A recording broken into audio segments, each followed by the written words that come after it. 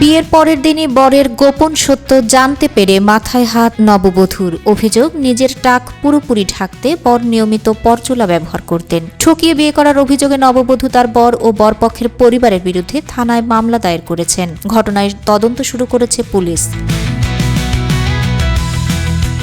স্থানীয় সংবাদ মাধ্যম সূত্রে জানা গেছে, ওই তরুণীর নাম লাভিকা গুপ্ত। তিনি ভারতের উত্তরপ্রদেশের নয়ডার বাসিন্দা। কিউব হোল্ডিংসের গল্পে সেই রেখাটি আঁকা হয়েছিল আজ থেকে 1 যুগ আগে।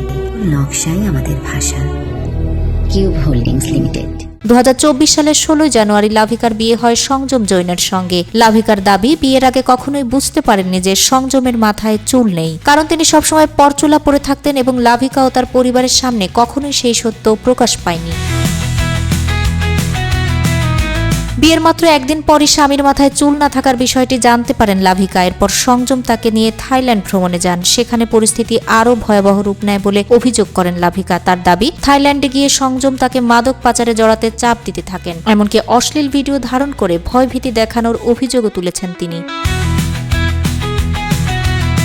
লাভিকা আরও জানান, বিয়ের আগে সংযম নিজেকে স্নাতক পাশ বলে দাবি করেছিলেন, কিন্তু পরে জানতে পারেন সেটিও মিথ্যা। ভুয়া সনদ দেখিয়ে শিক্ষাগত যোগ্যতা সম্পর্কে ভুল তথ্য দেওয়া হয়েছিল। বাস্তবে সংযম দ্বাদশ শ্রেণীর বেশি পড়াশোনা করেননি বলে অভিযোগ করেন তিনি। লাভিকার অভিযোগের ভিত্তিতে নয়ডা পুলিশ তদন্ত শুরু করেছে। সংযম সহ তার পরিবারের 4 সদস্যের বিরুদ্ধে থানায় মামলা দায়ের করা হয়েছে। বিষয়টি নিয়ে এলাকায় ব্যাপক চাঞ্চল্যের সৃষ্টি হয়েছে।